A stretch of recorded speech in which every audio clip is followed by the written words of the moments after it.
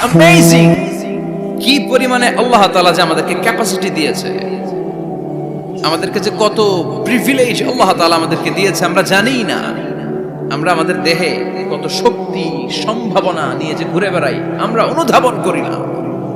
এজন্য সময়গুলোর কাজে লাগাও। কিন্তু আফসোসের সাথে লক্ষ্য করা যাচ্ছে যুবকদের চরিত্রকে ধ্বংস করে দেওয়ার জন্য যে কয়েকটা হাতিয়ার আছে সবগুলো বাংলাদেশে আছে না নাই? ইয়াবা আছে না নাই? ফেন্সিডিল আছে না নাই? হিরোইন আছে না নাই? মারিজুয়ানা আছে না নাই? এই ফেন্সিডিল ইয়াবা আগে শুনতাম ইউনিভার্সিটির ছেলেরা খাইতো, এরপরে নাইমা আসলো কলেজে, এরপরে হাই স্কুলে, এখন প্রাইমারি ছেলেদের হাতে ওই ইয়াবা ঢুকছে। চিল্লা এখন ঠিক কি না? দেশের যুব সমাজ আজকে কোথায়? পর্নোগ্রাফি, এক একটা মোবাইল এক একটা হিন্দি সিনেমার কারখানা। ইন্ডিয়ান নায়িকাদের কোমর দুলানো ডান্স আছে না নাই? স্মার্টফোন নিয়ে ছেলে স্মার্ট হয়, কিন্তু ঈমান আখলাক চরিত্র সব শেষ। অপরাজনীতি, রাজনীতির নামে মন্দ খারাপ প্রতিহিংসামূলক ছাত্র রাজনীতি, নেতারা এই যুবক ছেলেদেরকে ইউজ করে, ওর বিরুদ্ধে ও মার, তুই ওরে মার, ওনারা থাকে অন্য জায়গায়, আছে না নাই? এভাবে আমাদের দেশের ছেলেদের চরিত্র, তাদের সম্ভাবনাকে আমরা নষ্ট করে দিচ্ছি। যুবক ভাইয়েরা, in the day of judgement, কিয়ামতের কঠিন ময়দানে আল্লাহ তাআলা 7 শ্রেণীর ব্যক্তিকে তার আরশের নিচে ছায়া দিবেন। এর মধ্যে এক শ্রেণী হচ্ছে তোমরা যারা যুবক, শাবুন নাশাআ ফি ইবাদাতিল্লাহ, ওই যুবক যারা তাদের যৌবনে তাদের সময়টা, তাদের দিন, তাদের রাত তারা আল্লাহর ইবাদতে কাটিয়েছে। সুবহানাল্লাহ পড়েন। 7 শ্রেণীর মধ্যে 2টা শ্রেণী হলো যুবক। একটা হলো যৌবন সময়ে যারা আল্লাহর ইবাদতে রাত কাটায়, সময় কাটায়।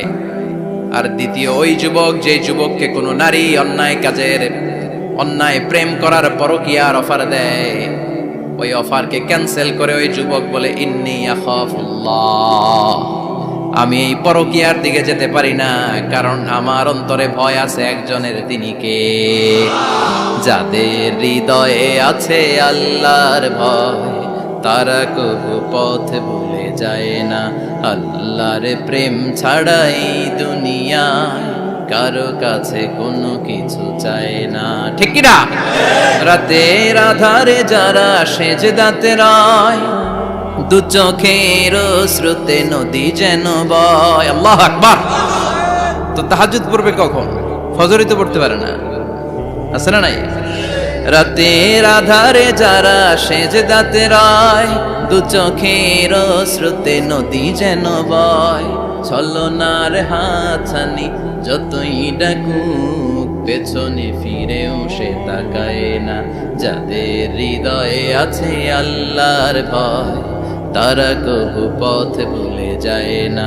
আল্লাহর প্রেম ছাড়াই দুনিয়ায় কারো কাছে কোনো কিছু চায় না। চিল্লায় বলেন ঠিক কি না? তার মানে প্রথম হচ্ছে এক যুবক, যেই যুবক তার যৌবন কালের সময়টা আল্লাহর ইবাদতে কাটায়। দ্বিতীয় হলো এমন যুবক পরকীয়ার অফার পেয়ে সে বলে আমি ভয় পাই একজনকে, তিনি কে? এজন্য যুবক, তোমার অন্তর আল্লাহর ভয় থাকতে হবে, তোমার সময়টা এমনি কাটানো যাবে না, ইবাদতে কাটাতে হবে, ঠিক কি না? এজন্য আমরা নামাজের পরে বলি রাদিতু বিল্লাহি রাব্বা, আল্লাহকে রব হিসেবে পেয়ে আমরা খুশি। তারপরে বলি অবিল ইসলামি দীনা, ইসলামকেও দিন হিসেবে পেয়ে আমরা খুশি না বেজার? কথা কন, খুশি না? আপনি খুশি হইলে আপনার লাভ, খুশি না হইলে আপনার লস। ইসলামের বিজয়কে সমুন্নত করবে কে? ইসলামের পতাকা পথ পথ করে হোয়াইট হাউসের উপরেও একদিন ঝুলবে। চিল্লায় বলেন ঠিক কি না? আল্লাহ বলেন খবরদার, ফু দিয়ে ইসলামের বাতি তোরা নিভাতে পারবি না। ইউরিদুনা লিউতফিউ নূরাল্লাহি বিআফওয়াহিহিম ওয়াল্লাহু মুতিম্মু নূরিহি ওয়ালাউ কারিহাল কাফিরুন। ইসলাম বিরোধীরা চায় মুখের ফুৎকারে ইসলামের বাতিকে নিভিয়ে দিতে। আল্লাহ বলে খবরদার, ষড়যন্ত্র করে লাভ নাই, ইসলামের বিজয় আমি নিশ্চিত করে দেব। স্যামুয়েল হ্যান্টিংটন একটা বই লিখেছে, দ্য ক্লাশেস অফ সিভিলাইজেশন। ওই বইতে তিনি বলেছেন এই যে সভ্যতার সংঘাত, এত সভ্যতা, চায়না সভ্যতা, আর্য সভ্যতা, বৈদিক সভ্যতা, সিন্ধু সভ্যতা, মহেঞ্জোদারো সভ্যতা, ইরাকীয় সভ্যতা, মিশরীয় সভ্যতা, একটার পর একটা সভ্যতা পৃথিবীতে এসেছে, একটার পর একটা সুপার পাওয়ার।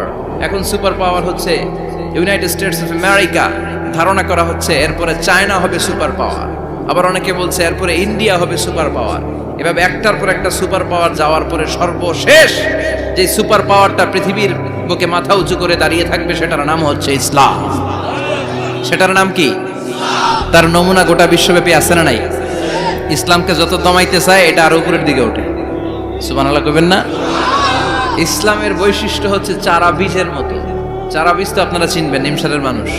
বীজ, ইসলাম হচ্ছে বীজের মতো। ইসলামের শত্রুরা ইসলামকে মাটিতে গেড়ে দিতে চায়, কিন্তু ইসলাম হচ্ছে বীজের মতো, চারা বীজ। চারা বীজ মাটিতে গেড়ে দিলে কি হয়?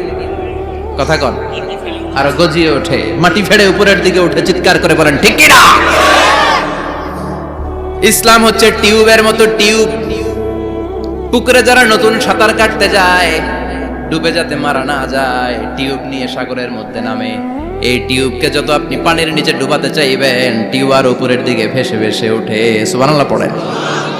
ইসলামরে তো ওরা চিনে নাই। ইসলাম হচ্ছে চারা বীজের মতো, ইসলাম হচ্ছে টায়ারের টিউবের মতো। এটারে যতই নিচের দিকে নামাইতে চায়, এটার বৈশিষ্ট্য হচ্ছে এটার ধাক্কা মারলে এটার উপরের দিকে ওঠে। সুবহানাল্লাহ কইবেন না? গোটা বিশ্বব্যাপী আজকে ইসলামের গণজোয়ার, হাজার হাজার লোক কালিমা পড়ে মুসলমান হচ্ছে। গত কিছুদিন আগে আফ্রিকাতে এক লোক এক গ্রামের কয়েক হাজার মানুষকে এক ময়দানে দাঁড় করিয়ে একসাথে শাহাদাতের বাণী পাঠ করিয়ে মুসলমান বানায় ফেলছে। এই আফ্রিকার বুকে এতদিন আমেরিকার কাজ ছিল, এটারে বলে তানসীর, Christian missionary. Lakh lakh dollar দিয়ে আফ্রিকার দেশগুলোর মধ্যে গরিব গরিব মুসলমানগুলোরে তারা নাসারা বানাতো। এই বিষয়টা যখন মুসলিম স্কলারদের নজরে এলো, এখন গোটা বিশ্বের সব মুসলিম স্কলাররা আফ্রিকায় যে ইসলামের দাওয়াতকে প্রচার করে দিচ্ছে। গ্রামকে গ্রাম খ্রিস্টান সম্প্রদায় লা ইলাহা ইল্লাল্লাহ মুহাম্মাদুর। ঝিনুকের ভেতর লুকিয়ে থাকে যেমন মতি, ঝিনুকের ভেতর লুকিয়ে থাকে যেমন মতি, কলমা শাহাদাতে আছে আল্লাহর জ্যোতি, কলমা শাহাদাতে আছে আল্লাহর জ্যোতি। পড়েন সবাই। ঝিনুকের ভেতর লুকিয়ে থাকে যেমন মতি, ঝিনুকের ভেতর লুকিয়ে থাকে যেমন মতি, কলমা শাহাদাতে আছে আল্লাহর জ্যোতি, কলমা শাহাদাতে আছে আল্লাহর জ্যোতি। ঠিক কি না? এই জ্যোতি যদি একবার কারো হৃদয়ের মধ্যে স্থান করে নেয়, এই নুরানি আলোর ছোটা যদি কারো হৃদয়ের মধ্যে জায়গা দখল করে নেয়, পৃথিবীর কোনো মতাদর্শ তার অন্তরের মধ্যে আর থাকতে পারে। গ্রামকে গ্রাম আফ্রিকাতে এখন কালিমা পড়ে পড়ে মানুষ মুসলমান হয়ে যাচ্ছে। সুবহানাল্লাহ পড়েন।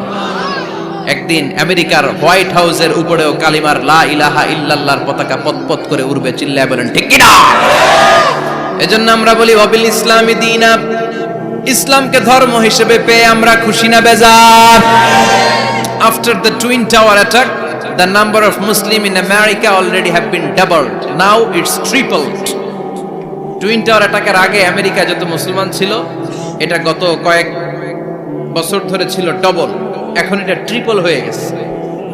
মানে টুইন টাওয়ার অ্যাটাকের আগে আমেরিকায় মুসলমানের সংখ্যা যা ছিল, এখন এটা 3 গুণ বাড়ছে। ইউরোপ, আমেরিকাতে মসজিদের সংখ্যা বাড়ছে, দাওয়াতি কাজের সংখ্যা বাড়ছে। এমনকি হার্ভার্ড ইউনিভার্সিটিতে, অক্সফোর্ডে, ক্যামব্রিজের ভেতরে, MIT, Massachusetts institute of technology, সায়েন্সে যারা পড়ে এদের স্বপ্ন এমআইটির ভিতরে ইসলাম ঢুকে গেছে। এজন্য ইসলামের আলোকে কেউ নিভিয়ে দিতে পারবে? ইসলামের গতিকে কেউ থামিয়ে দিতে পারবে? এটা অসম্ভব। এজন্য ইসলামের বিজয় সুনিশ্চিত। আমরা যারা লেগে থাকতে পারবো, আমাদের কপালকে উজালা করে দিবে কে?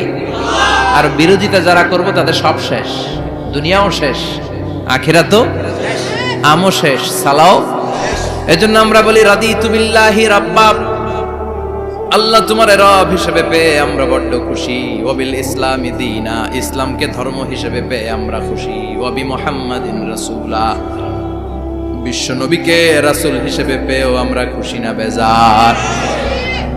এমন রাসূল, গোটা বিশ্বের শ্রেষ্ঠতম রাসূল, শ্রেষ্ঠতম ব্যক্তিত্ব, যার কাছ থেকে পজিটিভ কোনো জিনিস ছাড়া নেগেটিভ কোনো জিনিস প্রকাশিত হয় নাই। সব ইতিবাচক। Always come back positive, not go back negative. সব সময় পজিটিভ বলতেন, পজিটিভ ভাবতেন, পজিটিভ কাজ করতেন। কোন নেগেটিভ নেতিবাচক কোনো কিছু বিশ্বনবীর জীবনে খুঁজে পাওয়া যায়? চিল্লায় বলেন, খুঁজে পাওয়া যায়? As a father, as a husband, as a commander, as a lawyer, as a reformer of the society, Muhammad is the superman of the world. গোটা বিশ্ব এখন তাকে সুপারম্যান ভাবতেছে, boss, boss of the all bosses. পৃথিবীতে যত বস এসেছে সব বসের সবচেয়ে বড় বস হচ্ছে বিশ্বনবী মুহাম্মদ সাল্লাল্লাহু